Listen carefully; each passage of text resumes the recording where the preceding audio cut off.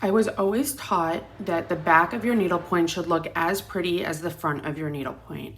The way to achieve that is to never put knots on the back side of your canvas. So in order to eliminate doing knots, there's a technique called anchoring. Anchoring means that you tuck the tail of the thread behind the stitches that you've already done. So today I'm going to demonstrate how to make a waist knot and how to anchor your thread to begin, how to do one row of continental, and then how to anchor your thread to end. So the first thing you need to do is obviously thread your needle, which I've already done.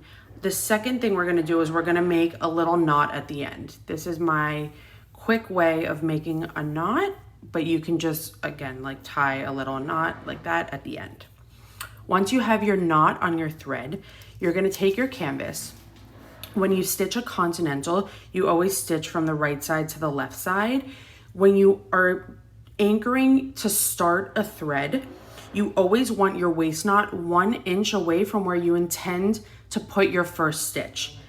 In this example, I intend to put my first stitch right here on the rightmost painted intersection, meaning that my waist knot is going to go 1 inch away from that in the direction that I'm going to be stitching. So since I know that I'm going to be stitching from the right side to the left side, my waist knot goes on the left side.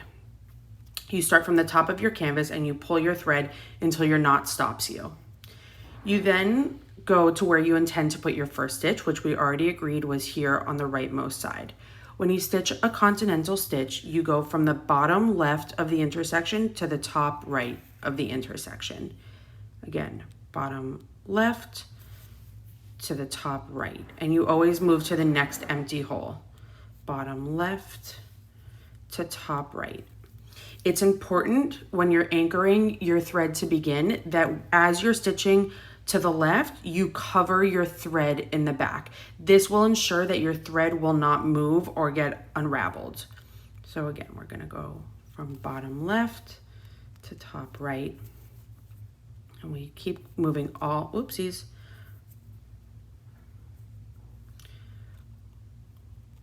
We keep moving all the way across as we stitch. Bottom left, top right, bottom left, top right.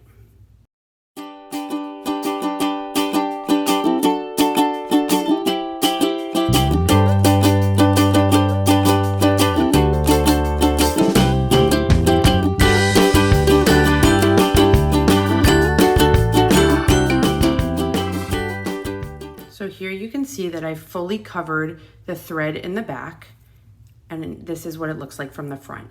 You won't always have the luxury of having your waist knot off of your design. Many times you will have to put the waist knot in the middle of the design. It's important to note that if your waist knot is in the middle of your design and you stitch up to the point where you reach your waist knot, you must stop, cut off the waist knot, and then continue stitching.